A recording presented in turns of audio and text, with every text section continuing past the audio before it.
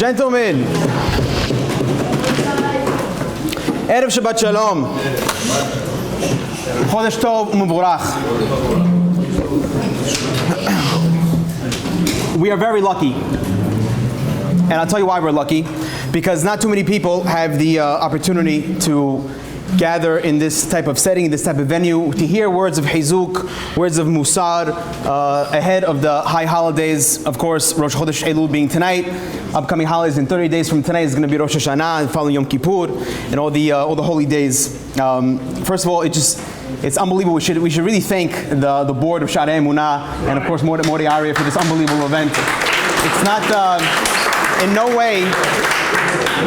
no way is it muvan me'elav. In no way is it self-understood that shuls have events like this. The truth is, it's not like that. I've been in shuls all over the world. They don't have special events like Rosh Chodesh Elul. That they care so much about their congregants, so much about the kehillah, that they're willing to sponsor an event like this with the food. Not only does Sharei Emunah care about your physical benefit with this amazing food, but they also care about your spiritual benefit, bringing rabbis and bringing divrei hazuk to the table, so we can hear these words of Musar right before the Chag.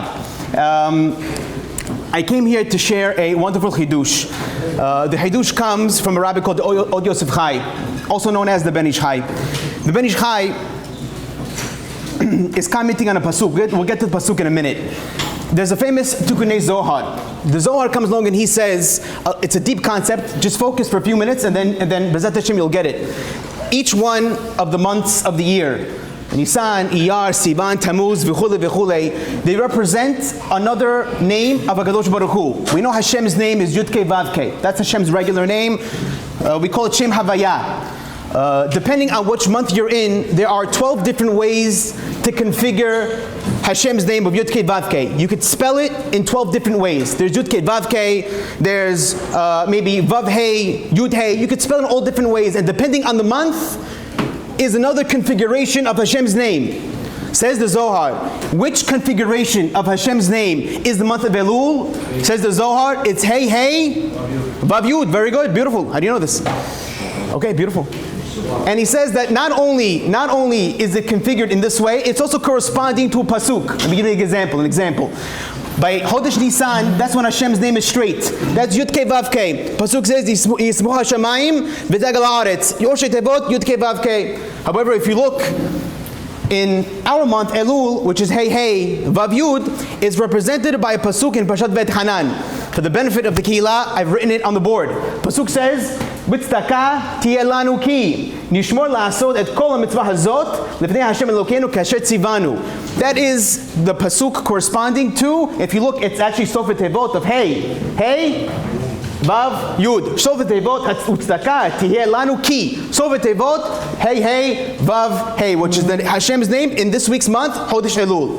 The only question is, what does this pasuk, which is in Parashat Veit Hanan, have to do with Chodesh Elul? There must be some sort of connection that the rabbis chose, specifically this pasuk, in which to correspond to Hashem's name. I came to answer that question tonight, B'ezrat Hashem. As we all know, there are three ways to become Zakai B'din. Three ways that if a person wants to come out with a clean slate, a non-guilty verdict on Rosh Hashanah, there are three ways. What are those three ways? Teshuvah, Tefillah, Utzedakah. They say it. Uteshuvah, Utefillah, Utzedakah, Ma'avirin, Edro'a Gezerah. So we know that. Another way to say Teshuvah, Tefillah, Tzedakah is actually a Gemara. Gemara says that there are three other words you could use. Kol, which is the voice, that's corresponding to Tefillah.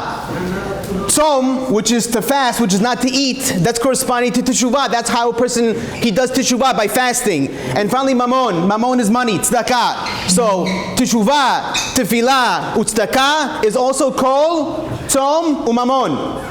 There's no coincidence, by the way, that all three of these things, they're absolutely needed. A person shouldn't think that if I just do one out of the three or two out of the three, I'll be okay.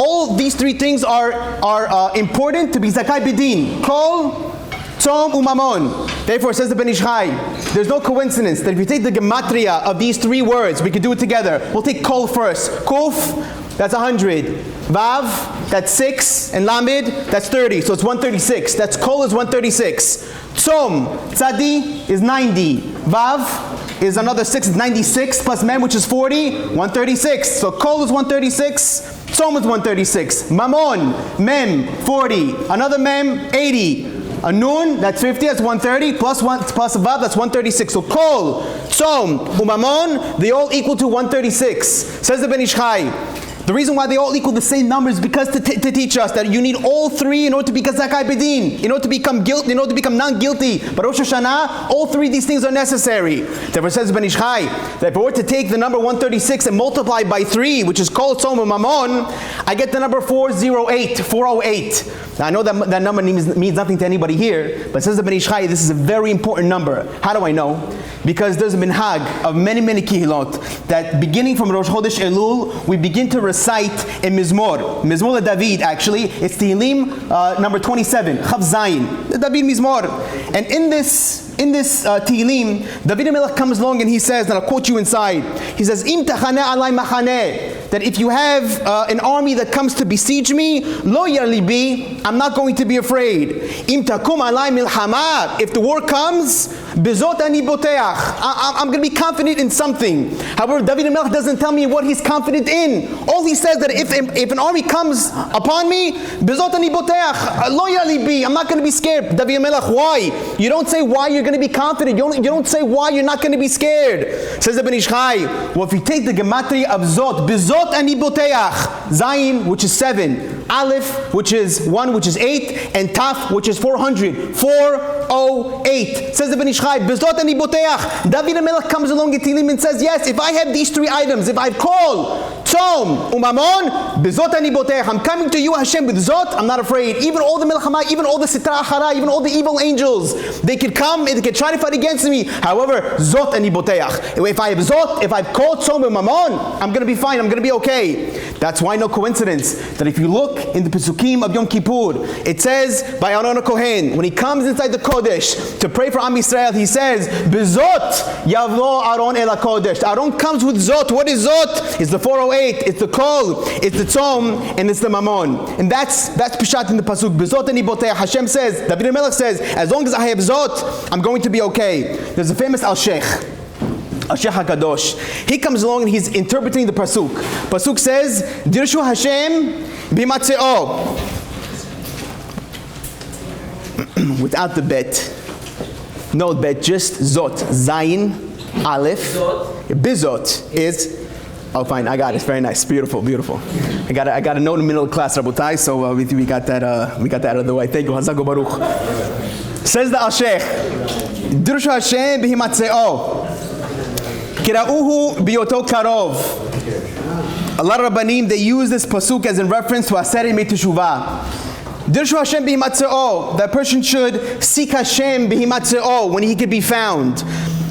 Kira'ahu biyoto karov, and call him out when he's close. Says the Al-Sheikh, is there a difference between the words bihimatzeo, when he's close, or biyoto karov? It sounds like it's the same word. Bihimatzeo, where he's found. Biyoto karov, when he's close. What is the difference? Says the Al-Sheikh a big chidush, I'll tell you.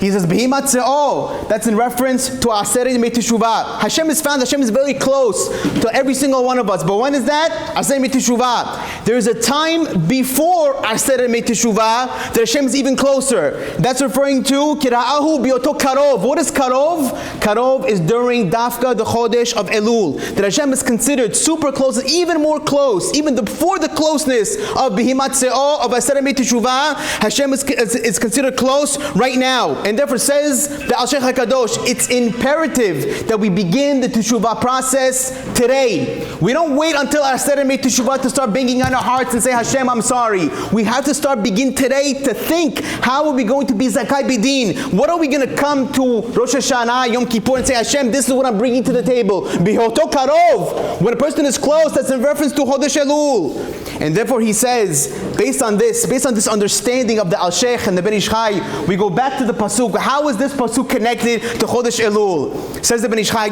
brilliant, unbelievable. He says, Utstakati elanu. If a person wants to make Hashem or turn Hashem into tzedakah. He wants Hashem to be chesed. Tzedakah is chesed, it's kindness. If a person wants Hashem to have tzedakah, he needs to turn the tihye lanu. Lanu in gematria, lamed 30, nun 50, vav 6, it's 86. Same gematria as the Hashem's name of Elokim. Elokim is judgment. Elokim is a very strict name of HaKadosh Baruch Hu. If a person wants to turn lanu, which is 86, into tzedakah, which is chesed, what does he have to do? Nishmor la'asot et kol mitzvah hazot. He must do zot. He must do 408. He must do kol. He must do tzom. He must do mamon. But when is he performing zot? When is he performing 408? Lifnei Hashem Elokeinu. Not on Rosh Hashanah, but before Rosh Hashanah. When's before? When is Lifnei? During Chodesh Elul Dafka. It's during Chodesh Elul that we come to HaKadosh Baruch Hu and we say, Hashem, we're not going to wait. We're not going to be those latecomers. We're not going to be those guys that decide only to do avidi chadati aviti bashati right before the holiday. We want to do zot lifnei Hashem Elokeinu. We want to do 408 before Hashem comes to the table. And that's Peshat in the Pasuk.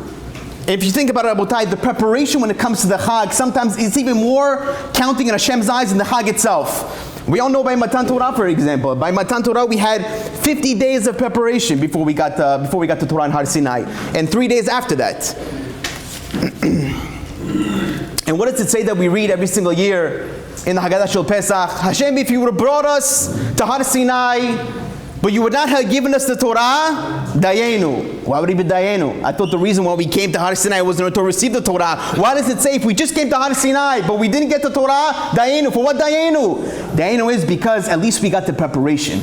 Because as long as we prepared properly for Har Sinai, but those 50 days, Hashem said, that's enough. Even though you didn't end up getting the Torah, it's okay. Because the preparation for the Chag is just as important, if not as important as the Chag itself. Therefore, it says, the Al-Sheikh says, the Ben Ish Chai, it's in this Chag, it's in this holiday, before Rosh Hashanah, during Chodesh Elul. That's why I said, Rabotai, it's so important that we came out here tonight.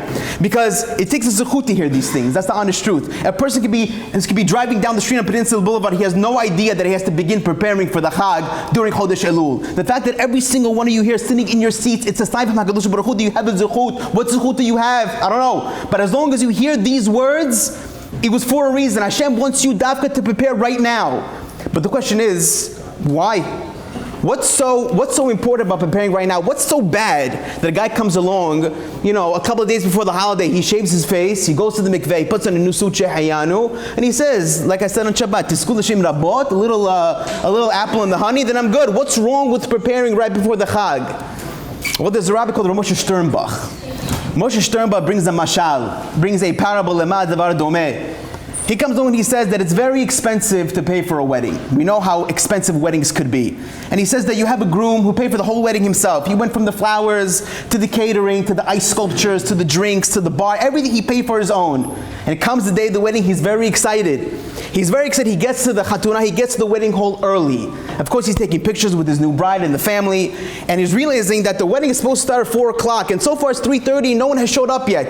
And he begins to get nervous. Why is nobody coming to my wedding? All of a sudden, the first few people that come through the door, he's very excited. Look, people came to my wedding. So he went, he gives them a big hug, he shakes their hand, he says, thank you for coming to my Khatuna, thank you for coming to my wedding. And he gives them a seat, he shows them where their card is, maybe he pours them a drink. He's happy that people came to his wedding. And of course he had no reason to worry because as time went on of the night, more people came and more people came. But the people who came after the 4 o'clock slot, they're not as important because it's the first people who showed up, that's who he cares about the most.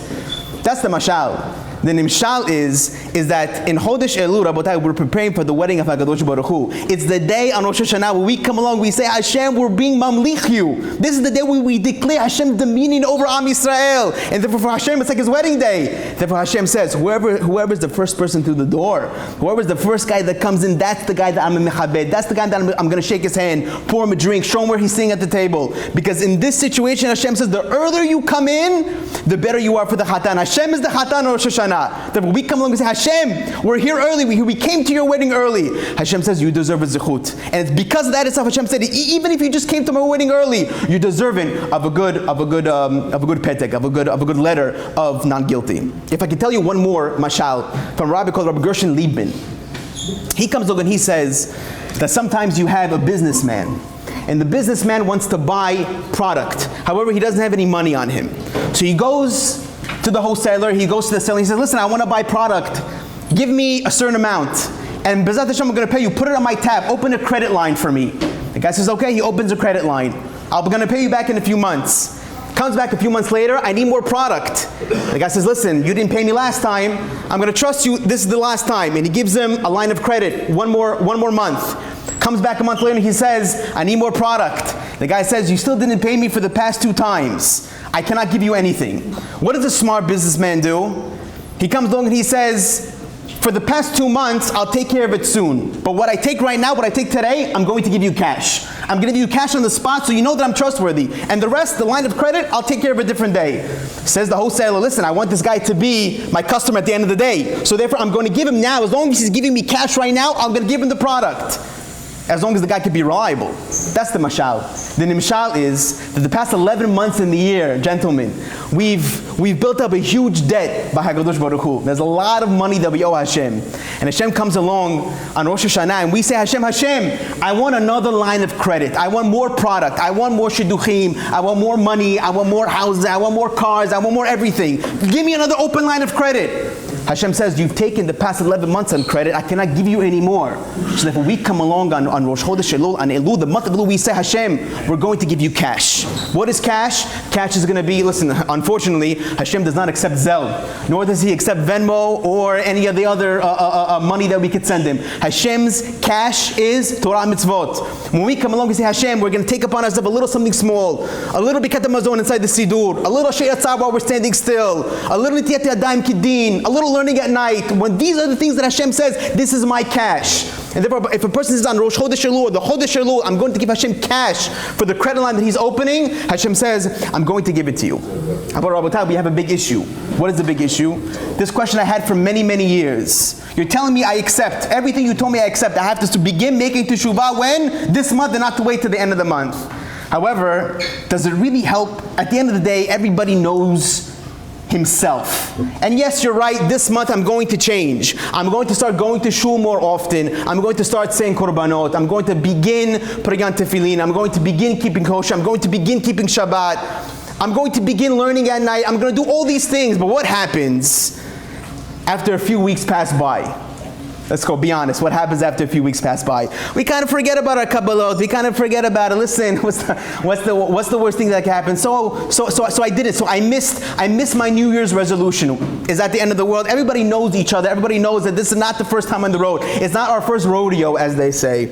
And therefore, does it really help if a guy comes on and he accepts upon himself, at least for the month of Elul and Rosh Hashanah, and I say Teshuvah, and also in Yom Kippur, he's back to his old ways. Is it really worth it for Hashem? Is it really worth it for us that we come along and we change just for a few weeks? I had this question for as long as I can remember to think. This was one of my biggest questions. B'shutchem, I want to give a few answers tonight.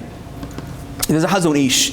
Hazon Ish comes along and he says, do not take any amount of hizuk that a person can take upon himself in his life lightly. Because any type of hizuk, whether it's small or whether it's big, it's massive in Hashem's eyes, massive. And therefore we should not discredit it. It's not like the situation where in school, where you had what's called parent-teacher conference. The kid is a wild animal during the whole year. And also when he knows that his mother's coming to speak to the teacher tonight, all of a sudden he becomes a good boy. It's not like that.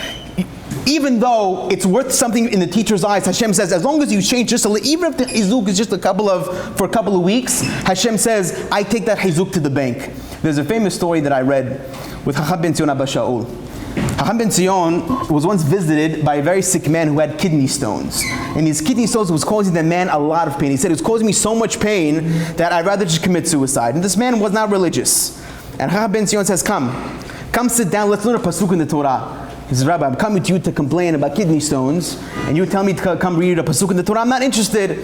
Says Chacham ben Zion, still, sit down, let's learn a pasuk. There's a pasuk in next week's parasha, Parashat Kititze. It says, Lo yeh b'kitzecha even va'aven. It should not be in your keys, in your pocket, even or aven, gedola uktana, whether it's small or whether it's big. The simple pshat of this pasuk means sometimes when a person would measure items, let's say he was selling flour, therefore he wants to measure how much flour he's going to sell, so he puts a weight, like a rock, on the other side to measure it out. Some people, if he was a shyster, if he was not honest, he would keep small or big weights in his pocket. Anytime he wanted to trick the guy, he would put on the bigger weight to make it seem as if he's giving him less flour to take more money. So therefore the Torah says, Lo yeh bikisecha even va'avin gedola uktana. It should not be in your pocket, a rock, not big and not small. Obviously, Chacham Ben Zion was using this pasuk to refer to his kidney stones, because rocks, even, is referred to kidney stones. Lo yeh bikisecha should not be in your pocket, gedola uktana. After he learned this pasuk with this man, the man said, I have to use the bathroom. He gets up, he uses the bathroom, and as he's using the bathroom, he hears a tremendous scream coming from the bathroom itself. And he says, Chacham, look, and he sees there are two stones in his hand, one small and one big. And when the doctors saw how big the stones are, they said, it's impossible. It's impossible that the kidney stones would have came out by themselves without having a surgery. Says Chacham Ben Zion, it is possible. Because when a person takes upon himself even a small chizuk, even a pasuk, one pasuk in the Torah that he came to learn, Hashem says that's his Yeshua. Imagine if that could be the koach of one pasuk in the Torah. How much more so a person takes upon himself to learn a daf of Gemara. He comes to one night Seder Rashare Emunah. Anything he can take upon himself that's more, says Hashem, in my eyes, is something that's considered incredible. That's one derech to answer why Hashem says, yes, even though what we accept upon ourselves during this month, it could be something small, but Hashem's eyes, there's no such thing as something small. There's another mashal that they give. This comes from a rabbi called Rabbi Chaim Freelander. He says that back in the day, they used to tie up boats. I think they still do it today. You tie up boats, after you dock the boat, you tie it up. And also the boat shouldn't set sail. And it's a known thing amongst sailors that when it's time to renew the boat at the beginning of every year, once they begin to set sail again, they like to renew the rope that they tie the boat with. Because if you don't renew the boat, the rope, it become decay and it could just crumble, and the boat, you're going to lose the boat forever. That's the mashal.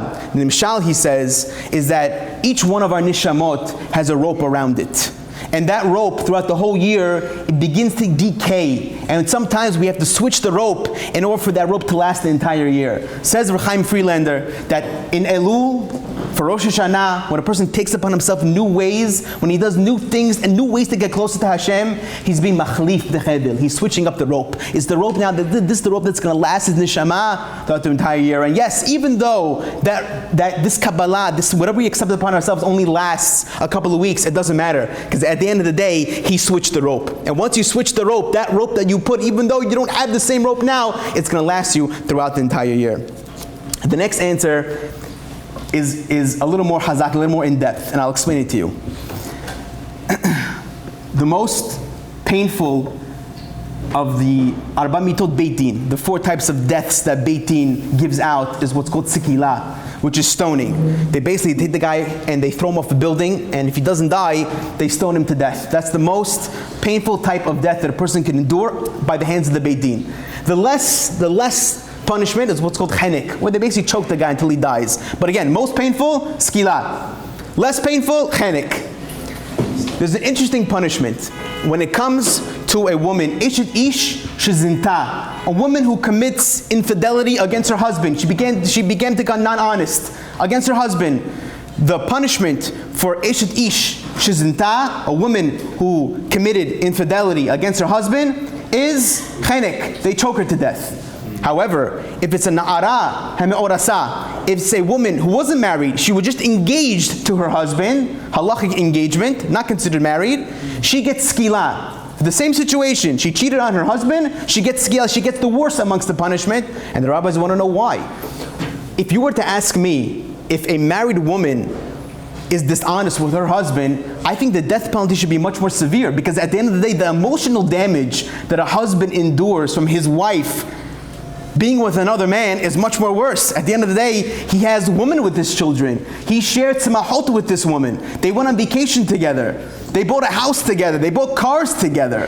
They've been living together for the past 15 years, and if she is dishonest with him, she gets chenek. She gets the less of the punishments. Yet at the same time, an na'ara morasa, an engaged woman, what did she do? She barely even knows the guy. She went out with him for 6 months. She doesn't even live in the same house with him. At the same time, if she commits adultery against her fiance, she gets skila. She gets the worst amongst the punishment.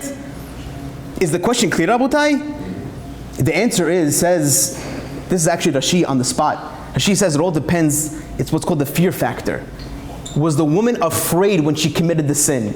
When it comes to the eshet ish zinta, when the married woman that committed adultery against her husband, she was very scared. Because at the end of the day, they lived together in the same house. She had to sneak out in the middle of the night, making sure he's not awake, behind his back, make sure he doesn't look at her phone, all these things, but she was scared of him at the end of the day. However, the lady that's engaged, she has no fear. Why should she have fear? She's living in her father's house. She doesn't have to worry that her fiancé will catch her one day.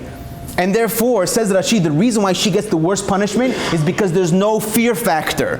However, the Zinta, the married woman, because there's fear, the fear automatically downgrades the punishment. Therefore, says the rabbis, that when it comes to Chodesh Elul, when we accept upon ourselves things right now, why are we accepting? Why do we want to change? We want to change because we're trying to show God that Hashem, I'm scared of your judgment. I'm scared of what's going to be on Rosh Hashanah. I don't know what's going to be. Books of life, books of death open in front of you. I don't know what's going to be. Therefore Hashem says, if you're accepting upon yourself because you're scared, fear automatically brings down the judgment one notch, or a few notches in this case. Therefore says the rabbi that no one should take his Elul, the Kabbalot that he takes, so lightly, even though it's only temporary. It doesn't make a difference. Because when we show Hashem that we're accepting upon ourselves because we're scared, Hashem says the fear factor automatically takes off some of the punishment. If I could give one more answer, this is a mashal from the rabbi called Magi Miduvna.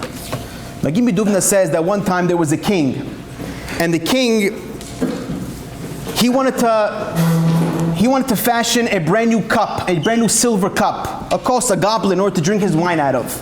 And he said, in which of the 50 silversmiths in my kingdom am I going to hire? He decides to make a taharut, he decides to make we'll call it a battle, what? Yeah, a contest, thank you. A contest. He brings all the silversmiths inside his castle and he says, Rabotai, I'm going to give everybody here 2 months. 2 months to make the most significant silver cup you've ever made. And in 2 months from today, you're going to present it to me in the kingdom. And whoever wins will be zocheh, will have the merit to make me my gold goblet at the end of the year. Everybody goes and they begin working on their silvers, on their gold goblet, on their silver goblet. But there was one silversmith who didn't care. One silversmith who was very, very lazy. And he says, you know what, I have time. You know what, I have time. You know what, I have time. And you know what, I had time turned into a couple of days right before the contest. And all of a sudden he wakes up, he's very nervous. He decides, I have to start today. And he begins to make a silver cup. But unfortunately, he didn't have enough time, even though it came out very beautiful, but it was very small. It wasn't a cup at the end of the day, it was a shot glass. Comes to the day of the contest, and all the silversmiths are there. They're all presenting their beautiful cups in boxes, and the king is going from box to box to box. Finally, he gets to the silversmith, the lazy silversmith. He says, what do you have to present? He says, my dear king, it's inside the box. The king opens up the box, and to his dismay, there's another box. He opens up the box, and there's yet another box. And he keeps on opening up box after box after box until he finally gets the small silver shot glass. And even though it was beautiful, he said, what am I going to do with you? What am I going to do with you? I gave you 2 months. How come you didn't take advantage? Says the silversmith, the lazy one, he says, my dear king, please don't fire me. Give me a chance. You see that if I put my mind to it, you see that if I gather my strength, I do have something that I could come up with at the end of the day. This is my handiwork. And when I'm not lazy, I can prove to you that what I'm doing is something that could be admired by people. That's the mashal. The mashal is on Elul, when we come to Hashem and we're showing him, Hashem, yes, I want to change. I want to start doing better. I want to start coming to shul. I want to start making brachot. I want to start having kavanah, my tefillah. Even though that's not going to last. We're showing Hashem, this is a dugma. This is what I can be at the end of the day. This is my small silver cup that it came out beautiful. As long as I try, we tell Hashem that we could put an effort, it means something. Therefore, when we come on Rosh Hashanah, we say, Hashem, this is what I have accepted. Even though it doesn't last long, it doesn't matter, because this is what I can be. We're showing Hashem what we could be on Rosh Hashanah and during Chodesh Elul. When Hashem says, this is what you can be, that itself deserves something that's considered incredible. I'm going to end off with this last piece. And I want to take it even a step further. Something that we learned from this week's parasha, Parashat Shoftim. It says in Parasha that a person should not plant what's called an Asherah tree. Lo tita lecha Asherah. Do not plant an Asherah tree. What is an Asherah tree? It's a tree that people used to worship for Avodah Zarah. They used to bow down to the tree. Therefore Hashem says there's a prohibition to plant such a tree. Says the Gemara in Sanhedrin, he makes a comparison. Just like a person is not allowed to plant a tree for for avodah zarah, so too a community cannot hire a judge that's inappropriate, that doesn't know the law. Rabbis want to know, what is the connection between hiring an inappropriate judge, an inappropriate dayan, to planting an asherah tree? Says the Rabbi called Aruch Laner. He says, I'll tell you the connection. Because when a person plants a tree for avodah zarah, even though, listen to what I'm telling you, even though the tree is not grown to its height yet, where it could be eligible to be worshipped, by the moment he planted it, even though it's not going to be worshipped for another couple of years, it doesn't matter. By the moment he planted it, because a person's ratzon, because a person's will is to worship it, therefore it's considered an averah the moment you plant it. So to a judge, even though he hasn't ruled unaccordingly now, since he's going to rule in an inappropriate way, since his ratzon is to rule inappropriately, therefore the moment you hire him, it's considered an averah. That's the connection between lo tita asherah and hiring an inappropriate judge.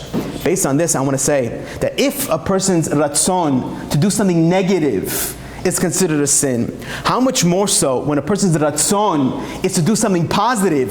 Does it make wonders in Hashem's eyes? It's not necessarily, this is the hidush, it's not necessarily that we have to make a change towards HaKadosh Baruch Hu. But as long as we have the ratzon to change, as long as there's the will, as long as in our mind, as we're thinking on the way to work, you know what, I want to do this better, I want to do that better, as long as we're sitting before we go to sleep at night and thinking, you know what, I think I can improve in this, I think I can improve in that, that itself, that ratzon itself is the way to show Hashem that this is the thing that the person should get away with during Rosh Hashanah. There's a big hidush when it comes to Parashat Pinchas. The Midrash says that the Kohanim, they get special gifts from the Korban. They get 3 gifts in fact. They get the Zroa, which is the arm, the Lehayayim, which is the cheeks, and they get the Keba, which is the stomach. And it says the Midrash, Bizchut, who do we get these 3 items from? From Pinchas. Pinchas, because he killed Zimri and Kozbi by the situation of the avodah zarah, therefore we get these 3 things. It says the Midrash, because Pinchas grabbed the romah biyado, he grabbed the spear in his hands in order to stab the woman, in the zchut of him grabbing with his arm, we get the arm. The Kohanim, they get the arm. B'zchut, the fact that he prayed to Hashem not to be killed by Shevet Shimon, we get the lehayim, they get the cheeks. And b'zchut that he stabbed the Kozbi, the Goya woman, in the stomach, therefore the Kohanim get the stomach. Says the Midrash, I understand the connection between the mouth, which is the l'chayayim, and the stomach, which is the part of the korban, which is the stomach, because he actually did something. He actually prayed, and he actually stabbed the woman. Therefore, in action, we get a reaction. We get the kebal, we get the l'chayayim. When it comes to grabbing the romah biyado, he didn't do anything yet. He just grabbed the stick. Maybe he was going to put it down. Maybe he's going to, forget about it. I don't want to die today. Why do we get credit just by picking up the stick? The answer is because of ratzon. The fact that he just wanted to do a ma'aseh for Hashem. Hashem said, this is good enough. This itself is good enough that Hashem says, you're going to get credit just for this. B'ezrat Hashem, Rabotai. There's really more to say, but we're going to suffice for right now. That all Hashem wants is us to put a little effort. As we said many times, that all Hashem needs is that small opening, that small opening of a needle. Hashem says, once you show me this, it doesn't matter if it's going to last or not. Whether it's because Hashem sees our ratzon, whether it's because Hashem sees our fear, whether or not it's because we're showing Hashem a dugma, but what we really want to be. The smallest hizuk, especially in this time, like I said, big zechut that we came out tonight, because everybody here is going to start thinking tonight, how could I change? And just by those thoughts tonight, Hashem says you deserve to be zakai b'din. Shabbat shalom. Mevorach.